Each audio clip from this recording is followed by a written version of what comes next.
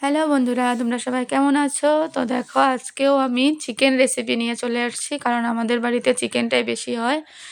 তো আমি আজকে চিকেনটা হাতে না মেখে কীভাবে টেস্টি করে বানানো যায় ওইটাই তোমাদের সাথে শেয়ার করব, কারণ অনেক টাইমে আমাদের চিকেনটা মাখতে ইচ্ছা করে না।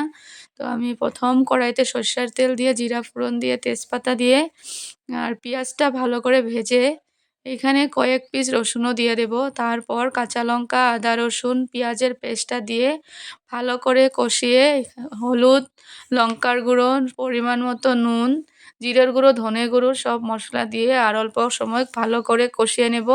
কষিয়ে নেওয়া হয়ে গেলে মাংসটা আমি এখানে দিয়ে দেব। মাংসটা আমি লো ফ্লেমে ভালো করে অনেক সময় ধরে কষিয়ে নেব। তো দেখো আমি কিভাবে করছি।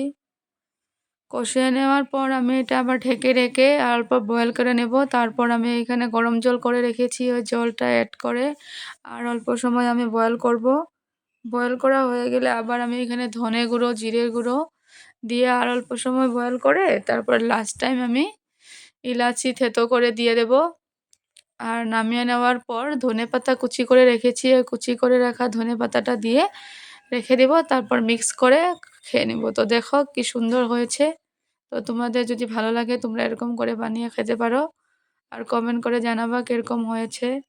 মানুষের সময় সবসময় এক থাকে না, সময় কখনো আমাদেরকে অনেক কষ্ট দেয়, তবুও আমরা ক্লান্ত হই না। জীবনেও অনেক খেল খেলে, তবুও আমি হার কখনোই মানি না। জীবনে কি পাবো আর কি পাবো না জানি না, তবুও ভাবছি একদিন আমারও সুখের দিন আসবে। তো বন্ধুরা, মানুষের জীবনে দুঃখ কষ্ট থাকেই, তাই না? তো জীবনে কত কিছু শিখায়। মানুষের জীবনে যখন দুঃখ কষ্ট বেশি হয় তখন ওই জীবনটাই আমাদেরকে অনেক কিছু শিখিয়ে যায়, পরে যাতে আমরা ভালো মতো চলতে পারি। তো সবাই ভালো থাকো, টাটা।